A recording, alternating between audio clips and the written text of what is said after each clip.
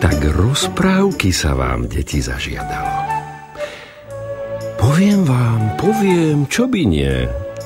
Ale nemyslíte si, že s rozprávkou je to len tak, že sa ona na jazyk tisne tak rýchlo ako zlé slovo.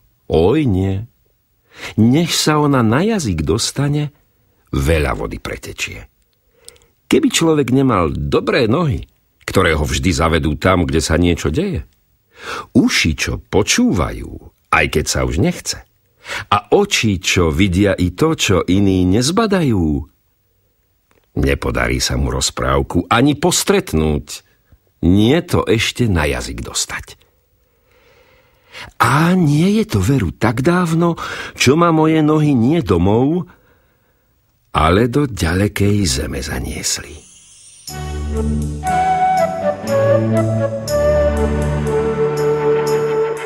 Vládol v nej mladý kráľ Miroslav. Šiel o ňom chýr, že je múdry, spravodlivý a súcitný. Ale kde som hlavu otočil, tam sa ľudia predsa len jedného obávali. Aby slovo jeho radcov neprevážilo slovo kráľovské, lebo tí neboli veru ani múdri, ani spravodliví.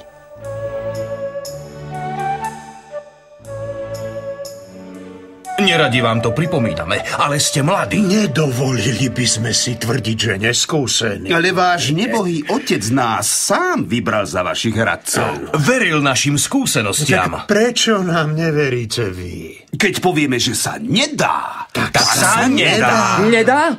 Veď len nedávno ste mi tvrdili, že keď podpíšem zvýšenie daní, pomôžem tým všetkým, že sa bude dať. Niet peňazí pre všetkých, ktorí klopu na bránu kráľa, o ktorom ide chýr, že má príliš súcitné srdce. Niet peňazí pre všetky siroty, vynálezcov, veteránov. Niet peňazí ani na našu plácu. Veru tak. Tak. Sami si musíme, ako vraví pospolitý ľud, opasky uťahovať. Vy máte málo z kráľovskej pokladnice? No, málo. Povedzme, že nie je dosť. Áno. Tak dosť. Pokračovať budeme zajtra. Niet na svete koňa, ktorý by človeka pred starostami uniesol. Ale to mladý kráľ ani nechcel. Keď koník ustal, hlavu vetrík ochladil. Král zbadal nedaleko cesty človeka, ktorý kopal studňu. Hej, studniar, či si sa už k vode dokopal? Ustal som, smedím ma. Nedal by si sa mi napiť? Buď pozdravený, najjasnejší pane. K vode v studni je treba sa ešte nie jeden deň prekopávať, cez skalu i zem. Ale napiť ti dám, pane, túto z mojej čutory. Ďakujem ti, studniar. Vidím, ťažká je tvoja robota. Ťažká, ale poteší. Nevieš si predstaviť, pane, aká radosť človeka zaplaví, keď voda zo dna vytriskne a ja viem, že každá kvapka niekoho ovlaží. Nemožno žiť bez radosti. Ale iba z radosti tiež nevyžiješ. Dobre ti za tú prácu platia. 3 groše na deň, pane. 3 groše? A dá sa z nich vyžiť? Keby vyžiť, pane. Ja z tých 3 grošov jeden požičiavam, jeden vraciam a iba z toho 3. žijem. Počkaj, studniar. Vodu máš dobrú, ale reči dáko pomotané. Na čo si v jednej chvíli požičiavaš i vraciaš? Prečo si plácu radšej celú nenecháš? Ako by som mohol, najjasnejší, pane. Chovám svojho starého nevládneho otca. Tomu vraciam, lebo ma vychoval. To je ten 1. groš. Ale chovám jedného malého syna. Tomu požičiavam, aby mi vrátil, keď zostarnem. To je ten 2. groš. A preto ma neškrie, že len z jedného žijem. Aha. Nastav dlane, studniar. Pane? Vravím ti, nastav dlane.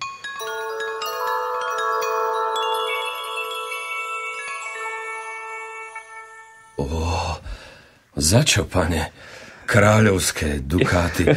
Odpuste moju prostorekosť, najjasnejší kráľ. Nie ti čo odpúšťať. Tie dukáty máš za dobrú radu, studniar. Ale jedno mi musíš sľúbiť. Ak by sa ťa niekto spýtoval na to, čo ja, nedáš mu odpoveď dovtedy, kým neuvidíš môj obraz. Ako prikážete, najjasnejší kráľ. Dobre sa tu mávaj, studniar.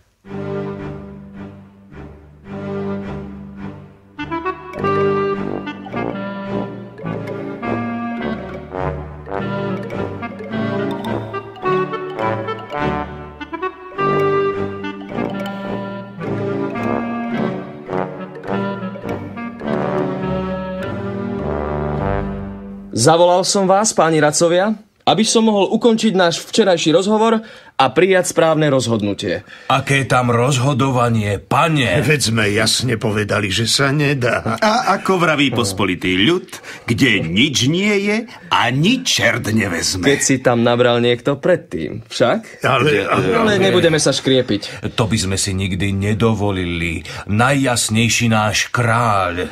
Položím vám otázku.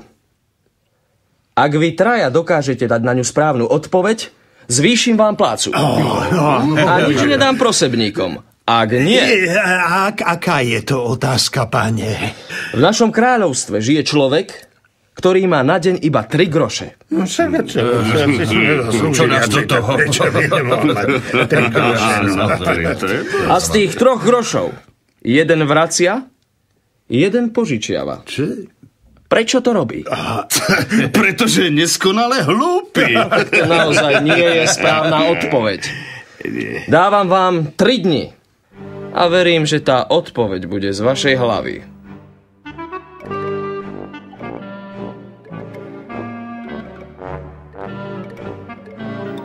Nuž, čudné veci sa vám diali od tej chvíle na kráľovskom dvore. Radcovia najprv dôležito vykračovali po sieňach s hlavami sklonenými, výrazmi premýšľavými, občas sa plesli po čele a šup, hlavy dohromady. A čo keby sme toto... Určite to myslel takto. Nie. Správne by to bolo takto. Nie. V zápätí pokrútili záporne hlavami a pobrali sa premýšľať do kráľovských záhrad. Už to mám. Vracia každý deň groš, pretože by mu ináč polámali hnáty. Kto? Ako kto? No predsa tí, ktorým doží. Ale prečo potom požičiava? Nie, to nebude ono. Radcovia špekulovali, radcovia vymýšľali, chodili z kráľovských záhrad na hradby, z hradieb do ulic mesta, ale nech premýšľali, koľko chceli. Nech premýšľali, kde chceli, či premýšľali spolu, či o sve. Na nič neprišli. Tak prešiel deň, prešiel druhý, keď tu jednému z radcov zišlo v zúfalstve na že najlepšie by bolo spýtať sa toho človeka, čo o 3 grošoch žije. Na 3. deň od úsvitu zháňali bedára po kráľovstve. Hľadali na kočoch, hľadali koňmo, ba i peši sa vybrali, až napokon na pravé poludnie zastali pri studni, v ktorej studniar posledné metre do zeme prekopával. Hej, studniar, si tu? Tu. Kde inde by bol studniar ako v studni? Nech vylezie. Správne, nech je už aj vonku. Už aj poď von. To už ma kto takto od roboty odťahuje? Najjasnejší páni radcovia. A čože by ste radi od chudobného človeka? Dane som zaplatil a iné s vami... Či si ty ten človek, čo z 3 grošov jeden vracia, druhý požičiava a len z 3. žije? Ja?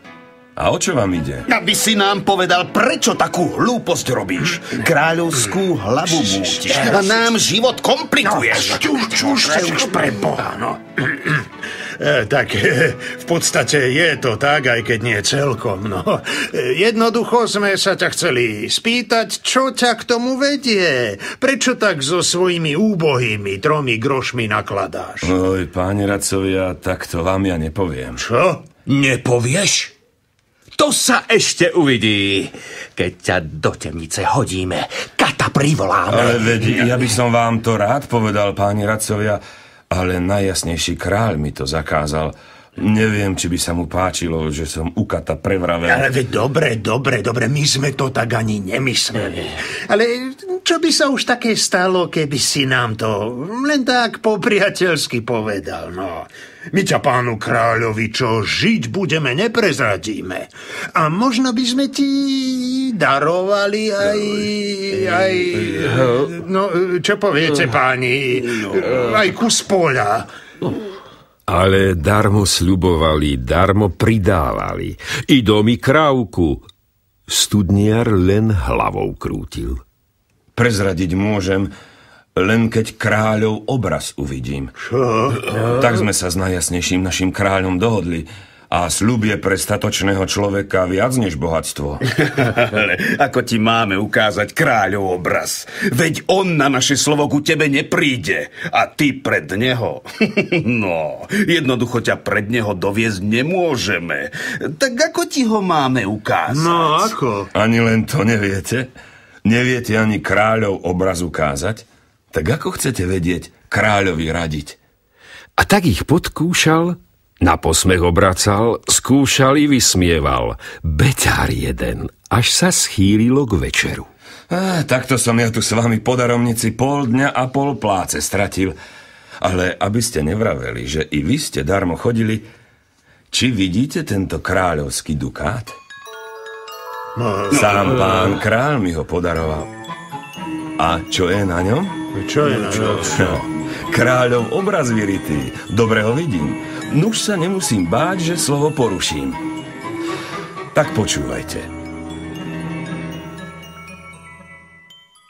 Chová nevládneho otca, ktorý ho vychoval, tomu vracia prvý groš. Chová i malého syna, tomu požičiava druhý groš, aby mu, keď zostarne, mal za čo vracať. Preto nerepce, že iba z jedného žije. Tak? Tak. A toto je odpoveď z vašej hlavy? No, Dalo by sa povedať. No, ako by sme... Priveďte mi sem studniara. Studniar! Ku kráľovi! Studniar! Ku kráľovi!